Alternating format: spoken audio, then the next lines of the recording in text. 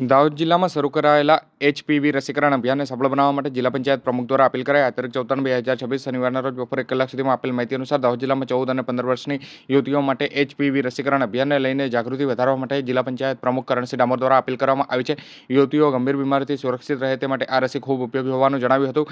દાહોદ જિલ્લામાં જે swine cancer માટે રક્ષણ આપવા માટે એચપીવી રસીકરણ કાર્યક્રમ અમલમાં મૂકવામાં આવે છે. જિલ્લા પંચાયત પ્રમુખ કરણસિંહ ડામોરે માતાપિતા અને યુવતીઓને આ અભિયાનમાં જોડાવા અપીલ કરવામાં આવી હતી. તેમણે જણાવ્યું હતું કે 14 થી 15 વર્ષની તમામ યુવતીઓ માટે આ રસી ખૂબ જ મહત્વપૂર્ણ છે, કારણ કે આ રસી સ્વાઇન કેન્સર જેવી ગંભીર બીમારીઓથી બચવામાં મદદરૂપ થાય છે.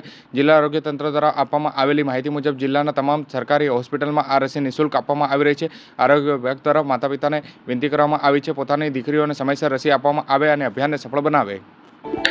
મારું નામ કરણસિંહ સોમજીભાઈ ડામોર, જિલ્લા પંચાયત પ્રમુખ દાહોદ. આપણા દાહોદ જિલ્લાના સૌ ગ્રામજનો, નગરજનો સૌને મારી નમ્ર વિનંતી છે કે આપણા યશસ્વી વડાપ્રધાન નરેન્દ્રભાઈ મોદી સાહેબે જે એસપી વેક્સિન 28 ફેબ્રુઆરીથી જે લોન્ચિંગ કરી છે, જે આપણી 14 થી 15 વર્ષની દીકરીઓ માટે એ ખાસ ઉપયોગી છે.